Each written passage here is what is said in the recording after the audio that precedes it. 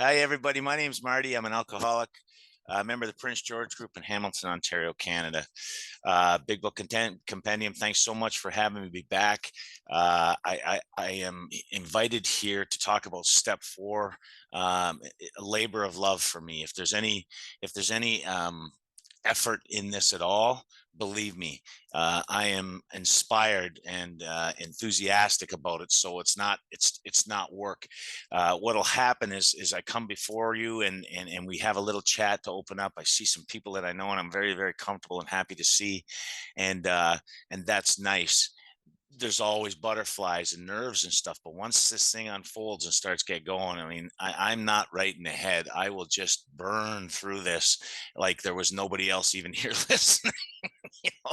And the energy around it is um, it's contagious to me. It's like when I would take that first drink and then it demanded a second and a third. When I get inspired by this material, this information, this way of life, it's like I can't stop once I start.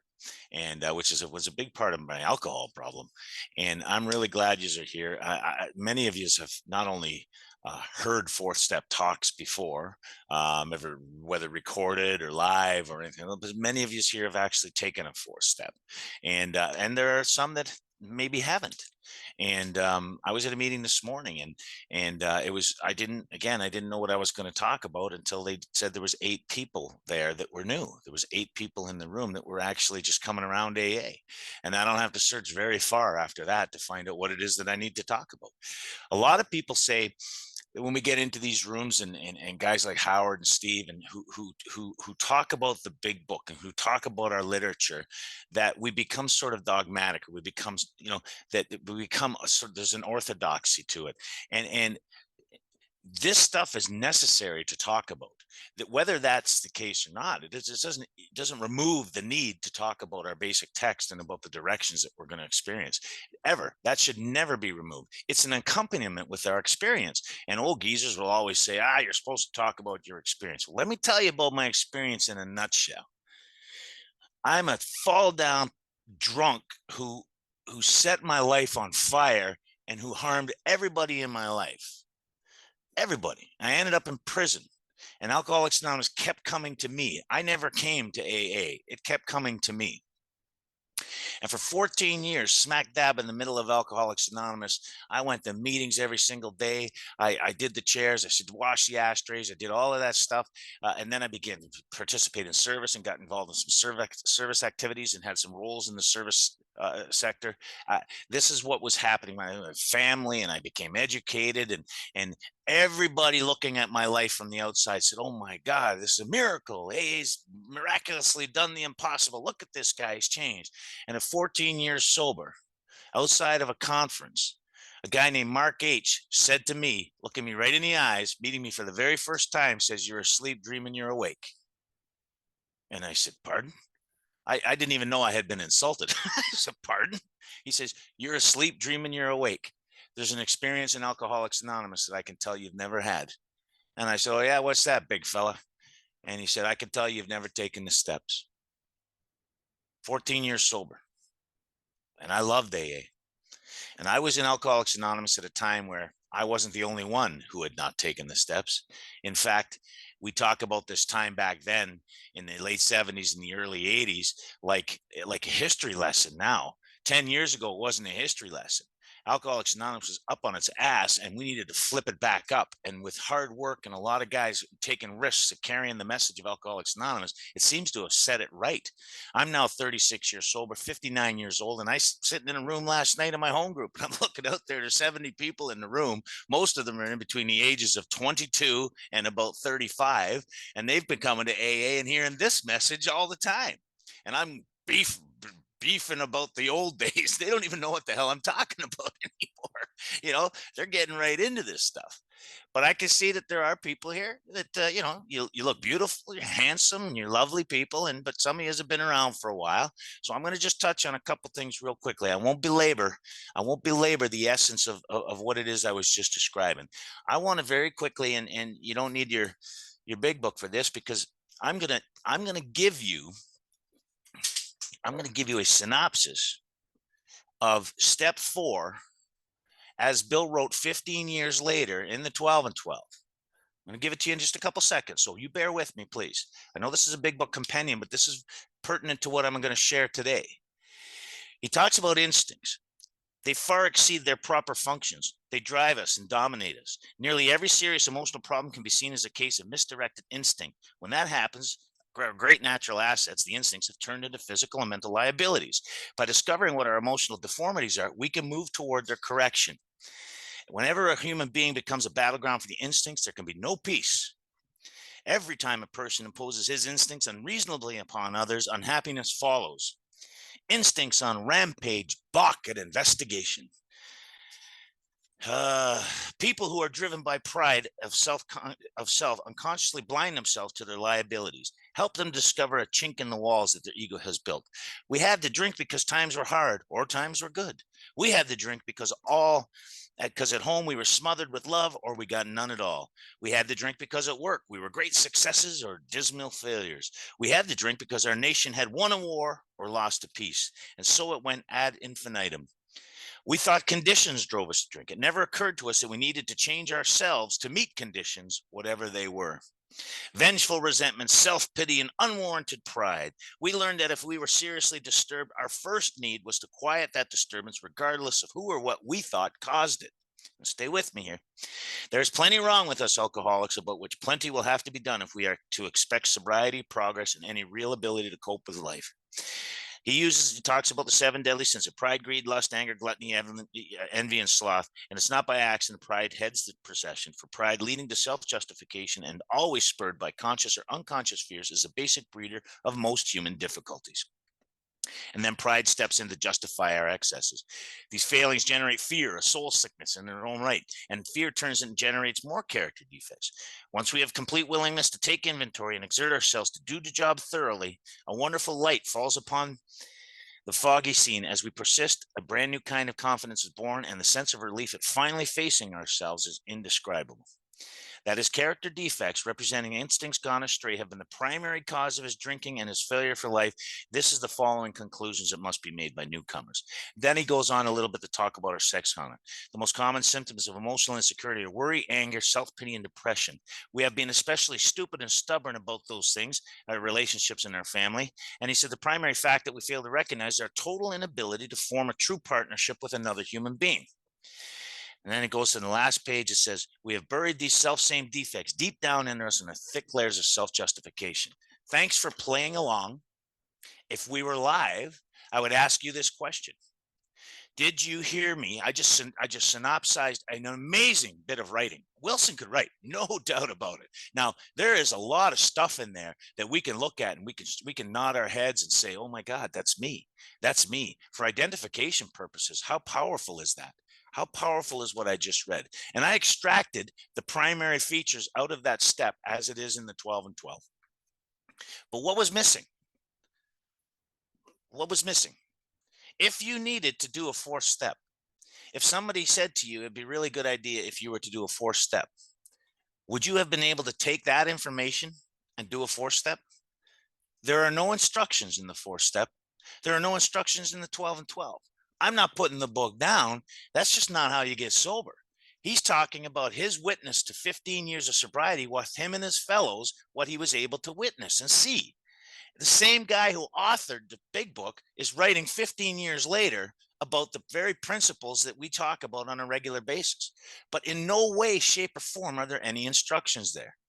And in 1987, when I got sober in Hamilton, Ontario, Canada, nobody was reading the big book. Nobody was giving somebody a big book. Nobody brought big books to a meeting. There was one big book group, and they read the stories out of the big book for the purposes of identification, not the first 164 pages. That was never read. It was antiquated. People had 12 and 12 meetings sprung up everywhere. And if you're 35 or 40 years sober, you know what I'm talking about. There were more 12 and 12 meetings per capita than any other type of meeting besides open discussion meetings. And these meetings dominated Alcoholics Anonymous. So the people would come in and they would talk about the steps, and they'd stay not drinking for a long period of time talking about the steps. They belong to a 12 and 12 group. They're reading a step every week, talking about the 4th step. And Mark called me on it outside the meeting. I belonged to a 12 and 12 meeting. There wasn't anything about the 4-step in the 12 and 12 I didn't know about. The only thing that had not happened is I had never actually done it. I had never done it.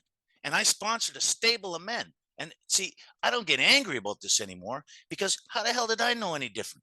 And how did the people in my community know any different? It was groupthink. And when in Rome, you're brand new guy. If you're brand new in Alcoholics Anonymous on this call today, you're walking into Alcoholics Anonymous for the first time, and you're going to see what you see, and you're going to do what you do. And that's it. You will do what others are doing. And if nobody's talking about the 12 steps or reading a big book or anything like that, neither will you. It won't be necessary. And you won't even be wise. It's not like you need to be wise enough one day to speak up and say, wait a second, what about that 4-step? Or should I read that basic text? You won't even ask those questions, because they're not a part of the thing. They're not a part of the thing.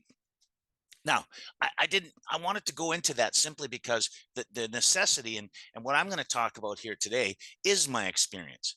I had dinner with Sandy Beach, and we're sitting talking. We talked about some amazing things. And one of the things he left me with was, we are teachers. We are teachers. Preaching is very akin to teaching. I don't think I preach. It sounds a lot like it, but there's teaching to be done here. And what we do is we take what we've read, we take what we've experienced, we combine those things together, and we share a message with people. And that message is intended with the same flavor of enthusiasm that you love something. You share that message with passion. And I am so on fire for this stuff. Now, what I'm going to talk about really quickly is that in the 3rd step, when you're talking about turning your will and your life over, they give you a couple of requirements. And the first requirement is you have to quit playing God. It gives you a very basic little information about a position that you're supposed to take. He is the father, you're the child. He is a principal, you're the agent. It gives you this information. You are assuming a position. There's not a whole lot to do there except to make a decision. You are either going to make this decision or you're not. And the decision you're going to make is the second requirement. The first requirement is I'm going to quit playing God. The second requirement is that I'm going to, hang on, stay with me here, launch on a course of vigorous action. Quit playing God, launch in a course of vigorous action. There's a direct link between steps 3 and 4 that cannot be ignored.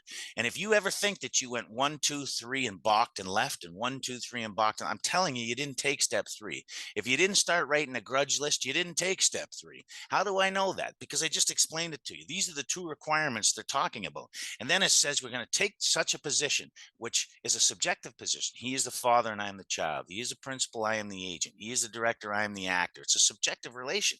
And it says under that we were reborn. With those conditions in my life, I have to stay close to him and perform his work well, but we were reborn. I'm reborn under that concept that this is the way I'm going to live. That's the decision. I'm going to make that decision. Okay, I'm going to go that way.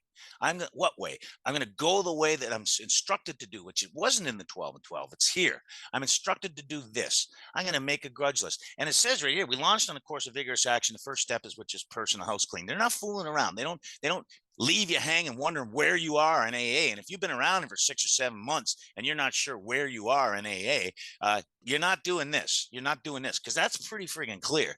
And it says, which many of us have never attempted. So our decision, that 3rd step decision, was vital and crucial. Vital and crucial, necessary for my life. It's not going to have any permanent effect unless at once followed by a strenuous effort to face and be rid of the things in myself which had been blocking me. That's what they're talking. They're leading you into step 4 now, connected to step 3. That decision that I made in step 3, and I get engaged in the process of the prayer and or something like it, the words like it, that I'm going to take this position. I'm going to recognize that God is already doing some things for me that I could not do for myself. I might be 3 weeks sober, 3 months sober. It really doesn't matter. I can see this stuff with good sponsorship and somebody assisting me and going through this stuff. I can see this stuff. And the next thing the individual asked me and the book asked me is that it explains a little bit about what the number 1 offender is. It tells me that resentment is the number 1 offender. And it tells me to get some paper. And on that piece of paper, I'm going to make a grudge list. The only way that I can tell I've taken step 3 is if I'm making a grudge list. There's nothing in between that. There's nothing in between that except maybe the 3-4 paragraphs that are there that are probably pretty important that you read. But if I'm taking somebody through the work and we've done a 3rd step prayer together, my next order of business with them is to ask them to do me a grudge list within a couple of days. You go back through your life. Nothing counts but thoroughness and honesty. We in Alcoholics Anonymous don't have 2 hard terms, except I think that this is pretty interesting. Like, we don't ask for accuracy. because a lot of really sort of mindful people always say, well, what if I make a mistake, or what if I forget something? How many times have you heard that when you ask somebody? You know, it's like, no, no, we're asking you to be thorough and honest. You go back through your life, nothing counts but thoroughness and honesty. Accuracy isn't on the table. You know, well written, eloquent writing isn't what we're looking for. It's thoroughness and honesty. That's all that counts. So the individual goes back to their lives and where was I hurt, sore, pissed off, upset, interfered with, ever? This is the language. This is the language of our book. My book says pissed off in it because I wrote that in there. I go back through my life and I think about when I was disturbed. You know, at any point in my life, where was I disturbed? The more I do this, the more some things still come up from like 1985. I mean, that's just the way it goes. And it says we have this grudge list on paper, boom, boom, boom, boom, boom, boom, all these names. And then you look at page 65, and in the 65, it gives you this sort of idea about how we're going to spread this across the paper. None of this stuff is in step 4, or in step 4 in the 12 and 12. None of this stuff. This is like not, it doesn't even indicate it anyway. It doesn't even indicate that this is what we're going to do.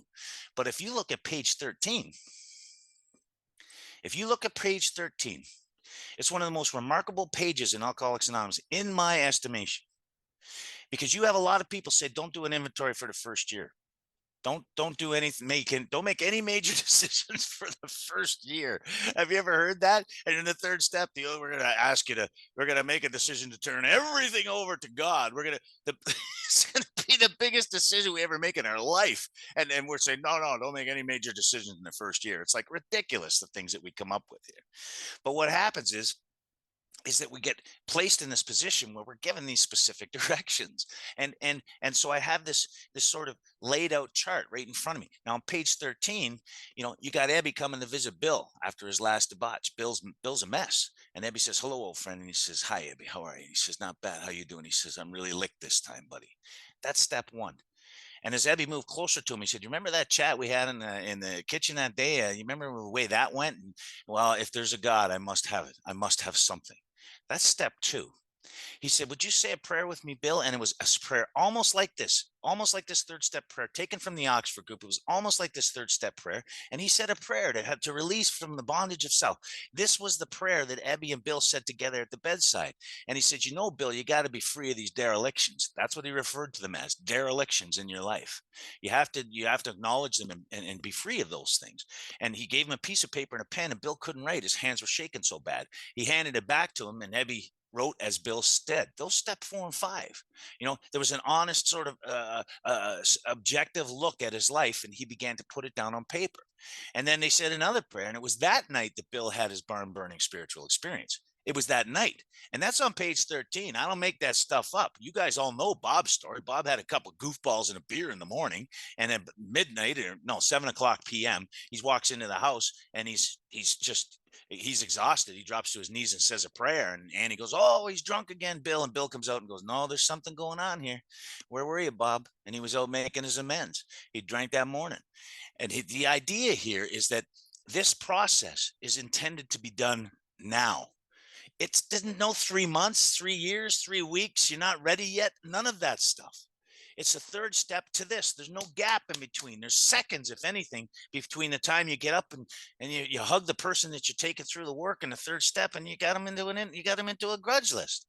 So the person does a grudge list. We got the columns. Now in that typeset on page 65, who am I mad at? What's the cause and how it affects me? These things are not meant to be confusing. The 7 areas of self that it affects is that's what I'm going to put in my inventory.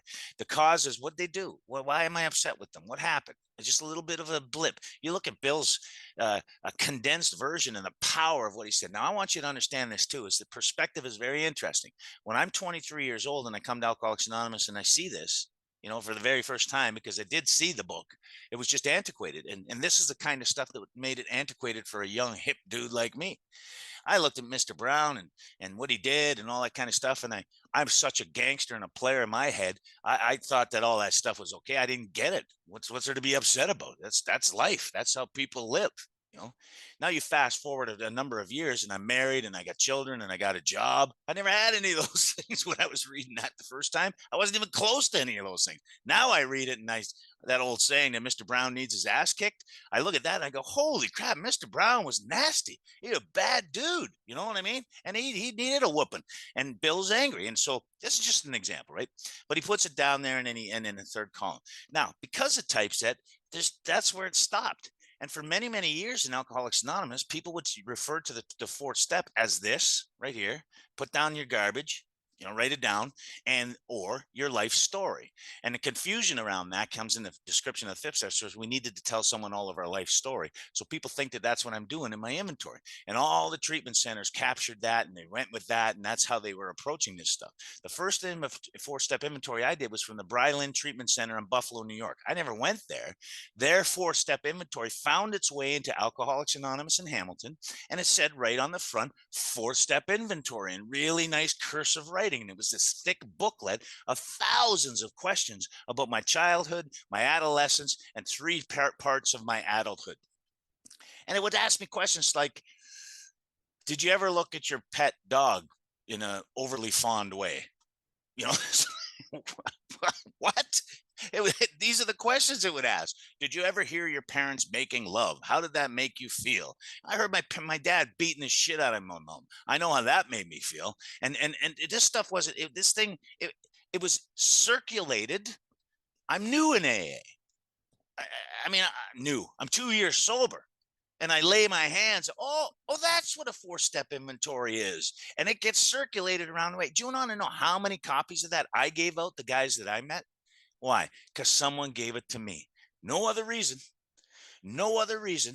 I have probably 60 or 70 four-step guides in my closet. When I take the guys through the steps, before we even start, I pull those out and I ask them to look at these four-step inventory guides I have here. Google four-step inventory and see the thousands of four-step inventories that come up. But we ask you to do this. And then if you want some more personal insight, do all of those. But we want you to do this first. And this was not even on my radar. Never even came close. Now, the how-to, my experience, my recent experience, I just went through October and March of last year. I went through one of the hardest spiritual times I've ever had in AA. Related to my judgments and my ownership of my home group. And it was ugly, and it was ugly in here. I still lived my life and all that kind of stuff.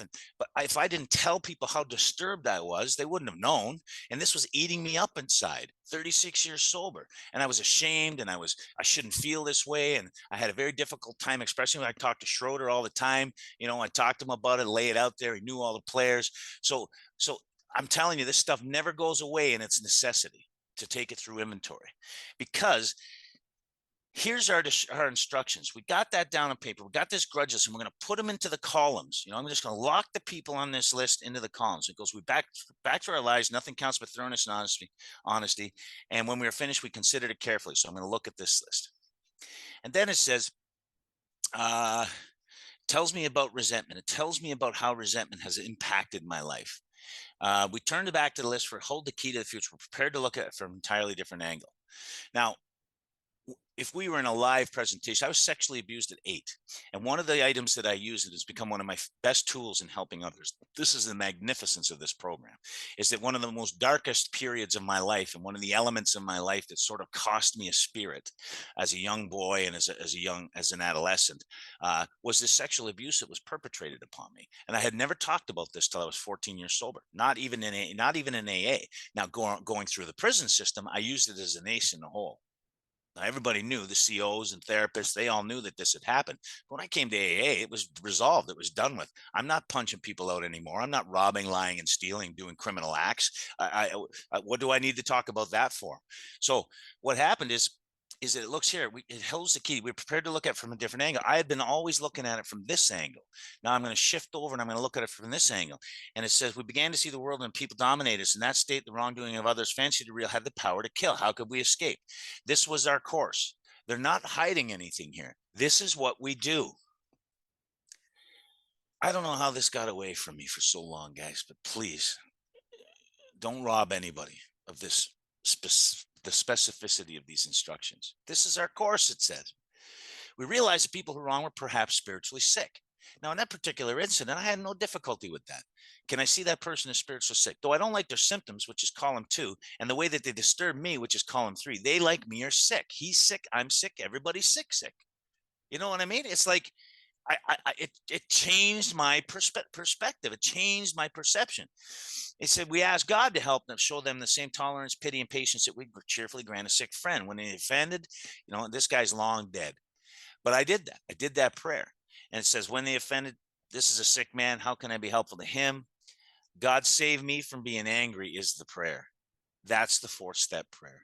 And we used to say this thing about when those first 14 years I was in, and some of you guys know what I'm talking about, when people would come up and they'd have a beef with telling them to read page 552 or whatever it was, Freedom from Bondage. We tell them to read that page, which is an article out of an article the lady found while waiting in a waiting room to see her doctor by somebody who's totally non-alcoholic, but it was a spiritual piece where it's that one that you pray for the person to have all the things in it for 14 days. And that one, it's like, that's not what our book says. It says, I pray for me. I don't pray for the other guy. I pray for me. God save me from being angry. So this was a whole thing about that. So now I got this thing now. I got this 4-step prayer, the sick man prayer that goes behind this resentment. And in the last column, so because I'm identifying in the second column, what did he do to me? He molested me. He abused me, assaulted me. He betrayed me. He manipulated me. These are the words that are in the second column in a sexual assault. In the last column, the first thing I do is what I do to him. And I remember I was in Philadelphia. There was 1,400 people there at the conference, and I was doing this thing on a board, and my arms are waving. And I said, "What did I do to him?" And some guy in the back says, "You went back for candy."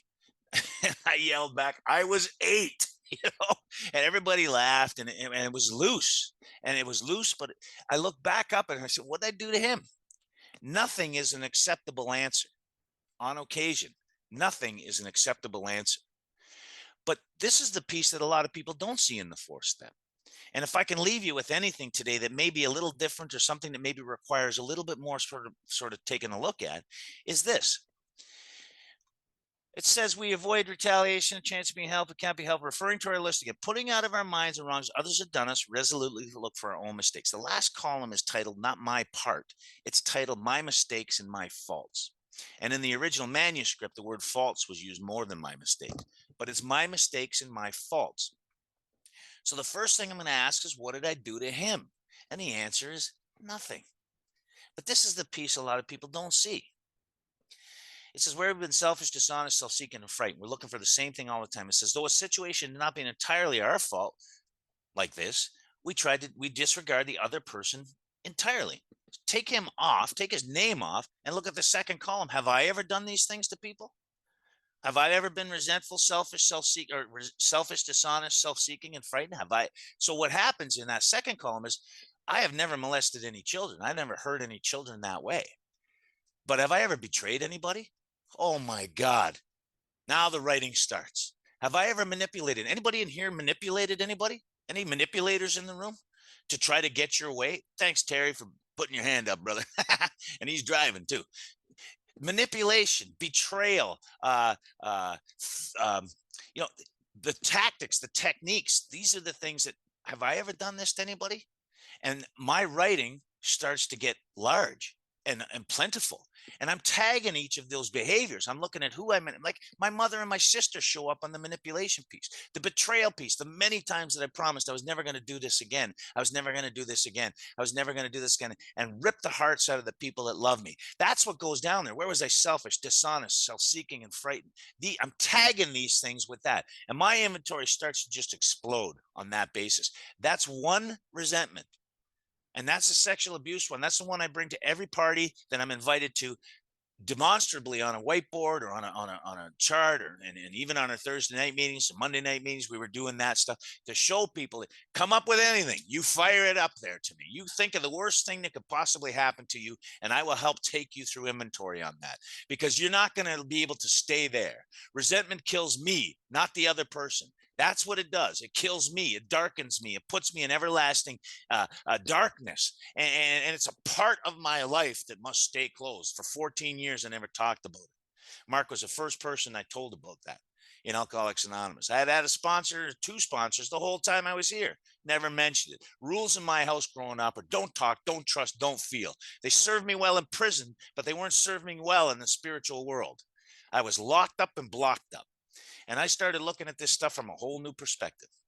And then I'm asked to do that with all of my resentments, take my resentments through the inventory that way. And out the other end comes this massive list of people that I had harmed, a massive list of names and circumstances and situations that I had wronged. And I get starting to formulate an 8-step list, and I don't even know it yet.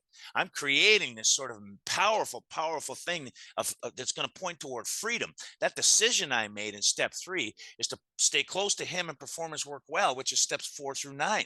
And I'm already doing this. It's unfolding in front of me just because I'm following the directions I've been given. And I enter into this fear piece. If you'd ask me if I have any fears, I'd tell you no. But I had a few. I was able to identify a blank piece of, I got more fears today than I think I did when I first did my first inventory. I got this blank piece of paper and it says fear. And all I'm asked to do is put that down on paper. And if I had to say, how can you prove that AA works? How can you prove that something in that second and third step becomes evident? How can you prove that? This is where I see the proof. And that's just not me. It says in our book here is we started to come to be on the basis of trusting and relying upon God. It says that there. So it's not a surprise that this is the place I see his hand more evidently than any. And I challenge people who struggle with this power, struggle with the power at this point, because here's the deal. I am asked to get a piece of blank paper, write fear on the top, and put my fears down on paper. That's all I'm asked to do. And when I'm done that, I review it. I look at it. And I say, why do I have these fears? And then it tells it wasn't because I couldn't do it. When it was, I wasn't able to, I couldn't do anything about those fears. That's why they show up on my list. And it says, we put them down there and we ask God to remove these fears. Please, God, take these fears. That's exactly what it looks like. It's about how long it takes. Please, God, take these fears. And our literature says that once we commence to outgrow fears, it doesn't say they disappear. It doesn't say that they're gone. It doesn't say any of that stuff. It says that once we commence to outgrow them. And it means, like, it doesn't mean at once it's going to, what happens is now you've entered into this process again. You're going to move forward. You're going to ignore that. It doesn't matter. And you're going to keep doing what it is that's being asked of you. And at once you commence to outgrow fears. And when it says outgrow fears, there's growth. These things grow up inside of us. They're created inside of us and they grow up inside of us. We nurture them, we feed them, and they become something that's out of control. Fear, each manifestation of self in and of its, even in and of itself, resentment, fear in our conduct, how it shows up sexually, each of those areas manifest differently in each one of us. And we get together on this premise. Like I'll sit with a guy, my road dog, Kevin, some of you guys met him when we were doing the back room. He's one of my favorite human beings in all of AA. His chief manifestation is fear. It's massive.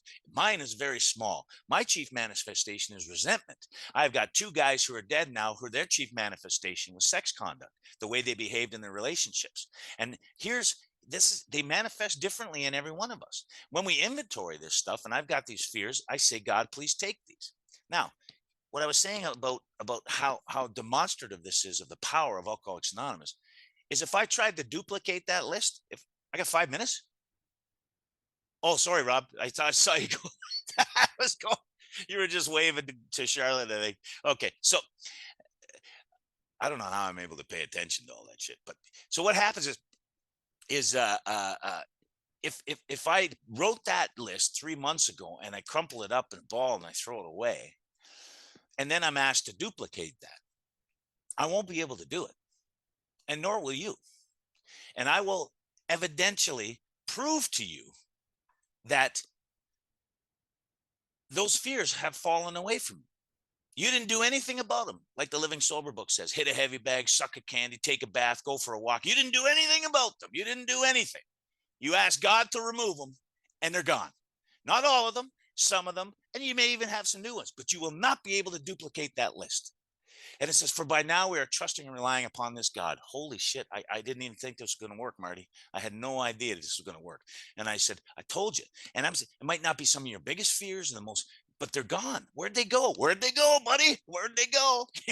You were asked to put them down on paper. You put them down. Where are they today? 3 months later. Well, I don't know. Then shut up and keep doing what I tell you. And that's kind of how it rolls. That's just how it rolls. And the evidence is there. So that I find that powerful. So now I've got this pile of resentments. I've got this pile of fears. Somewhere in that process, I've made an appointment for my fifth step. I know that I'm going to be sharing this with somebody. And now I'm going to move into my relations with others. Now I'm going to move into my conduct sexually. I'm going to look at this stuff. And again, I don't have to come up with the recipe or the prescription. It says that we're going to subject these relations to this test. We're going to go back through our lives again, and we're going to look at our relationships. And I'm telling you, I don't make the rules. All of them, it says. So I asked my guys to go back to the beginning. And the beginning was that little pitter patter in the heart. I don't care if you were 10, I don't care if you were 16, 25, whenever the first time you had a little pitter patter, jot a few little things down about that. Talk a little bit about who it was and why, and the feeling that you had and that kind of stuff and where it ended up. You know, never saw them again or whatever. Just whatever that is, and move to the next one and move to the next one. Here's what's going to happen. Everybody talks about seeing consistent patterns. That's not the purpose for this. It's not to discover the patterns. The purpose of this is to discover the selfishness, just the selfishness. And the selfishness in this regard is I can't see the world without my own perspective attached to it. I can't. I was diagnosed sociopathic in 19 because I could not see that others had needs and purpose and value. I could not see that. It was an erroneous diagnosis, but it's how I lived, separated from everybody in prison. I couldn't even play nice with other. I did most of my time in the whole thing. I just couldn't connect. I could not connect. And now I'm asked to go back and assess my relations. And what I start to see is the deep and profound selfishness that existed inside of me. Whether it was selfish, self-centered fear, or whether it was self-pity, it was always self. It was always self. So I put the people down. Now I tell this story because I tell this story because of how important it is to me. And this is I'm great. Imagine grade two. Grade two. I'm 6 years old, and I got this teacher. Her name is Miss Nanny, and she is beautiful. I mean, beautiful. She's got this long black hair. It shines so bright it blinds you sometimes. She's gorgeous, and I fall in love with her. I love her. All the other kids are going out into the playground and all, and I'm banging her brushes together, and I'm wiping her boards, and anything else I can do for you, miss, changing her garbage. I loved her, and my heart was full. I think about her when I go home. I think about her at night. I'm 6. I'm in love with her. I'm so excited to come back the next day. Well, the school year ends, and she goes, and I go, and first thing you know, we're back at school. I'm very excited, and her name isn't Miss Nanny anymore. It's Mrs. Konowalski.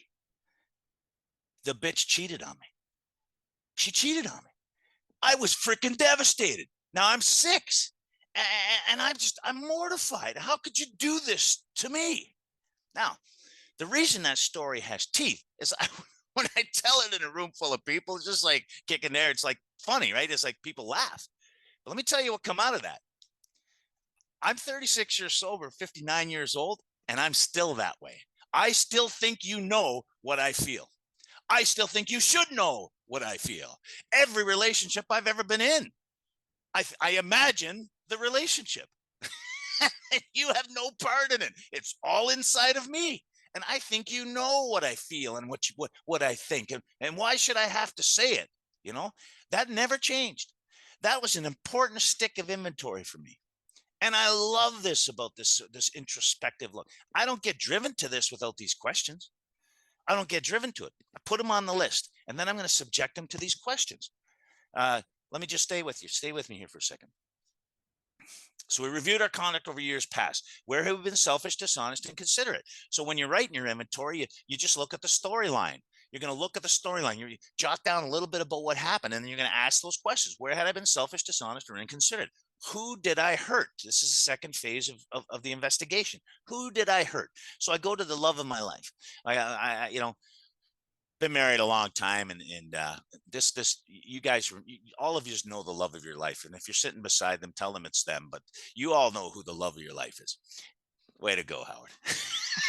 So the idea here is it was the hardest one for me to inventory on, because it went bad because I could not be honest. I was a betrayer and a manipulator, and this is the condition of my selfish, self-centered person that I am. And I'm 17 to 22, 23 years old. So my life in prison, like I had been in and out of jail many times, but I was in prison from 19 to 23. And I dragged one of the most amazing human beings that I've ever met in my life into that world. And it wasn't she was not scarred by that world, but she was sure hurt by me and tormented with the lies and the promises and the broken promises. And that inventory was a very powerful, insightful thing. And when it said, whom did I hurt? I was the best man at her brother's wedding. I destroyed him. Her parents really liked me. I destroyed them. My parents loved her. I destroyed them. My sister was so close to her. I destroyed that. This is what happened. Her friends still to this day, one or two of them will not talk to me. A number of them, since I made my amends to her at 20 years sober, one or two of her friends have become very close friends of mine because they knew somebody who needed help in Alcoholics Anonymous. So I ended up helping and that's how, we become servants. We become a products of assistance and help and sort of more a generalized love towards our fellow man. That's who we become. So we don't pick and choose who we help. We just honor it when it comes up. But looking at that sex conduct in that relationship opened me up to just unfolding the next several relationships I had had. And then I get these guys and gals, well, guys mostly, they'll be sitting in the room and we're talking about sex conduct and they'll go, oh, I can't even remember them all. Oh, I can't. And okay, cowboy, I hear you. And then they go, no, I'm serious. I can't. Well, what does that say about you? While you're sitting there trying to be in this room with 200 people, you're trying to be Joe Hero in front of all the ladies here. What does that say about you? It says you're a piece of shit, that you're a user and taker of people. Shall I go on?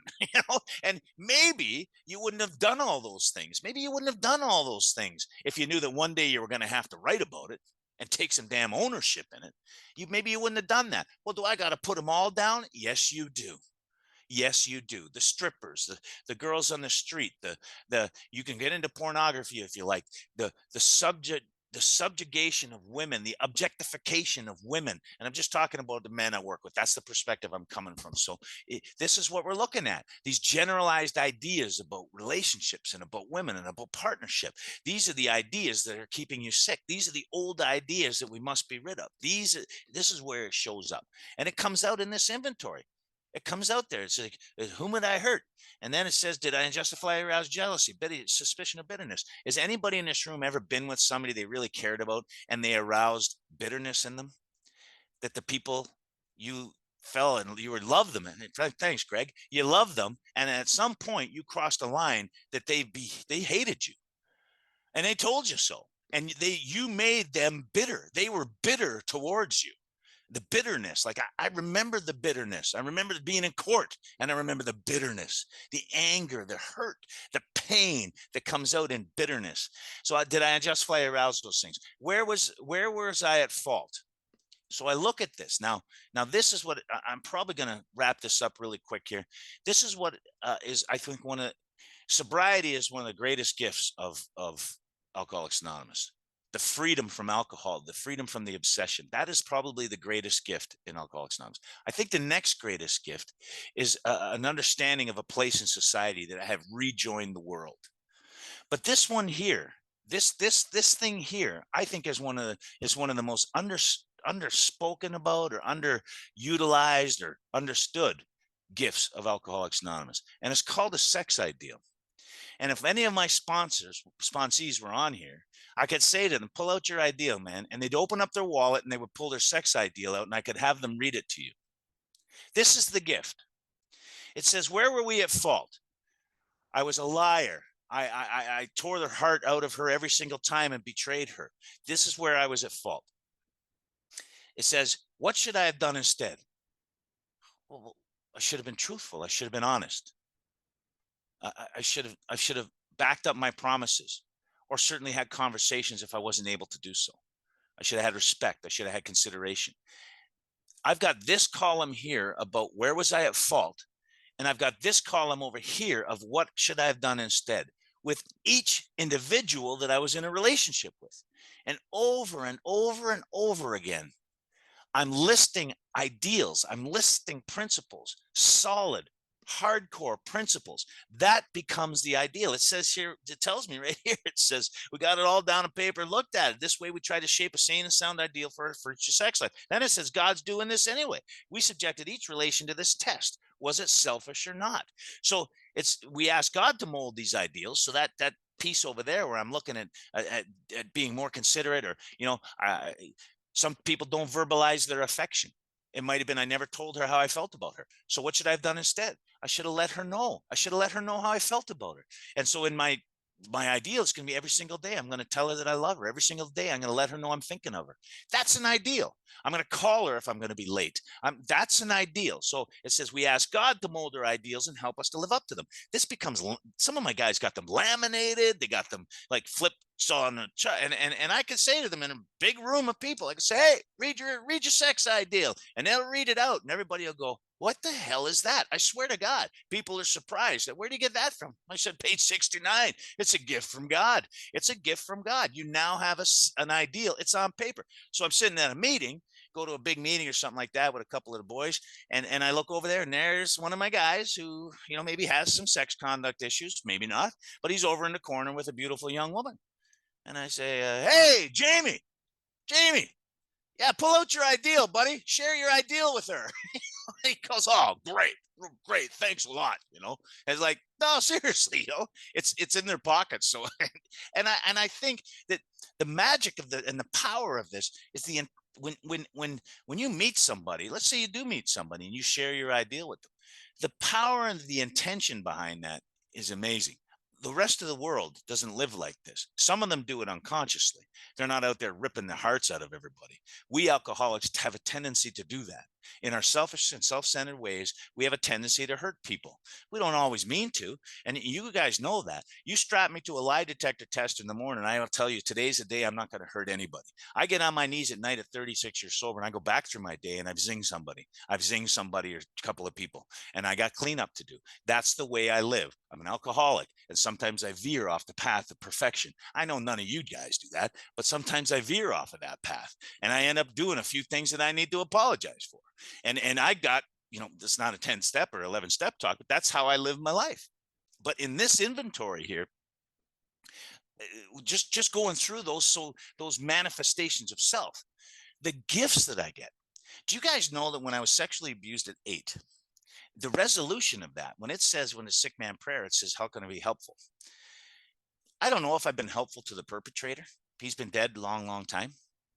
But I have used that as a tool in my restoration in the lives of men, in my assisting men in the restoration of their lives. That has served me more than any other single tool I have. Because when I share that in a room, how many men do you think come up to me in a room of 1,000 people and say, that happened to me? How many do you think? I'll tell you right now, it's about 200. About 200 men. I get phone calls, emails, all this kind of stuff. What is it you were talking about there? And I point them right to this. And I say, you take that through inventory, and God will see how that information that pained you so much and that needed to be kept a secret because you deemed it so awful it can't be shared. You'll start to realize that once you start sharing it, you will open up the hearts and the minds of the listener, and you'll be able to offer them some solace. I'm not a victim of an assault.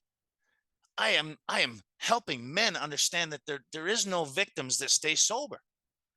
That happened to me then. I'm free of it now. I'm so free of it. I've got clarity around it. I'm able to share it with other men. It's the same with this sex conduct stuff. When we sit down and talk about this stuff, and I have an ideal that I veer away from, and I do, I veer away from the ideals. I get sullen, I get quiet, I become non-communicative. One of my ideals is to stay open and honest. When I veer away from that, misery comes behind it. I become chippy. I become spiritually unsettled. Only I know this is happening, until if it gets really bad and it left untreated, everybody knows that I'm disturbed. And what comes behind that at 36 years sober, what comes behind that?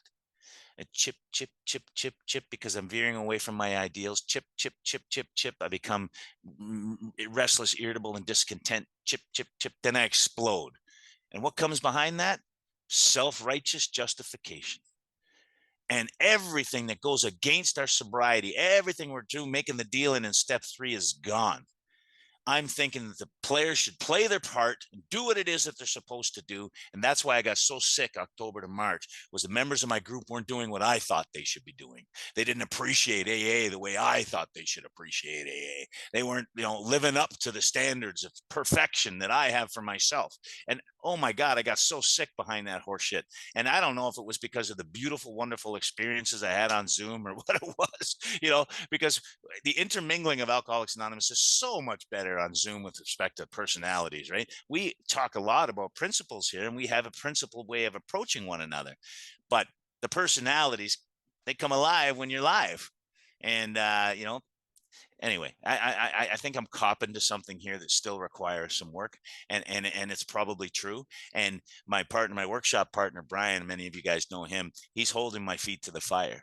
And I came through this, and I did inventory out. I made amends, and I got to tell you, I became free. You should have seen me in the beginning of this year in January. So my God, I was tied up with this stuff, but justifiably so. I was righteous, and I would call everybody I knew that would say something to me that would jar that righteousness, and then I would become more righteous, and then I would judge them and cut them out of my life. That's sober, guys. That's sober. This inventory, once laid down, we do it in respite care fairly quickly. I think you have to do this fairly quickly, just like Bill did in the hospital bed. You do this fairly quickly, and then what happens is that over time, and I don't tell anybody how often, but when I was taking the guys through the steps in my basement, I'd do inventory every second time with them, so it was about annually, and my inventories were started to get really, really long, like and deeper and deeper and deeper. And then as the thing started to become more and more resolved, then I started to sort of the inventories were much quicker. I could get to stuff much quicker. I got to tell you, it's a practice, and it's something that can be done. I could do an inventory today and share it with it in a fifth step tonight. It's not too tall a task anymore. The 10th step is my favorite sort of way of living. It's my favorite part of all of Alcoholics Anonymous is the 10th step. It's still the mystery of my life. And it's all based on this stuff. It's all about wrongs, and it's all about amends, and it's all about setting right the wrongs instantly. So I'm kept fairly clean, but stuff gets by me, and I'd have to do it again. Now that's the fourth step to me. Now the only other admonition I would make if there's somebody here new or somebody who's going to do this work is when you start writing, you make your appointment for the fifth step. Don't not make the appointment for the fifth step until you're done. And I'll tell you why. Most of the time, say your sponsor gives you 10 days to do your writing. Hypothetically, guy gives you 10 days. When do the alcoholics start writing? Yeah, I see the smiles. Day 9, and usually late at night with a bunch of coffee and these little cue cards or something, and they come into the fifth step the next day and they go, oh, here's my inventory, and a guy like me goes, really, that's what you brought me? No, we're going to give it a couple more days, buddy. You gotta get back and get some of this stuff done. And that's how it works, and it almost works like that every time. But the reason we suggest that you make the appointment is so that you do it. I see so many people that I'll meet and I'll say, hey, how's that fourth step coming? And say, well, me and my sponsor haven't been able to get together yet. Well, have you started writing? Well, no. And well, when are you getting together? Well, we haven't decided. And it's like, you're not on the fourth step then, man. What the hell are you talking about? Well, what am I, on the third step? No, you're not even on the third step. I think you're on the first half of the first step. I think you still think you got power or something, dude. I can't say you're still trying to manage shit. That's the way it looks with me. You got to get going on this. And so again, the guys that I work with, tell them, give your boys a date, give them 10 days, 2 weeks, and hold them accountable to that. And if they struggle, it's okay. You can be flexible, but give them something. Don't see them 3 months later in a meeting and say, hey, how's that fourth step coming? Don't do that. That's pain at best. Somebody starts chipping away. That's like, you imagine some of the stuff I was talking about, opening up for the first time, my sexual abuse and all that kind of stuff, and just leaving it sit there. I'm not going to be very pleasant to be around. And that stuff is going to eat at me. And I may have good days and I may have bad days, but you can guarantee you that is not the case anymore. I have moments. I have a bad moment, and I don't have bad days. I haven't had a bad day in a long, long time. I have bad moments. So that's the result of a thorough inventory and a fifth step, and then sort of closing it all off and practicing this way of life. And I do this annually. I'm compelled to do it annually. I want to stay ahead of my boys. I don't want any of my sponsees passing me. You know what I mean? So that's my talk on the fourth step. I don't know if it was too instructional or if I didn't give enough experience, but I said at the beginning is that I have a lot of fidelity to our resources on this step in particular. I believe that if a person follows the instructions that are given in this book on this step in particular, that the results will be the same of the guy that did it before you. And it'll be the same when you take somebody else through the work.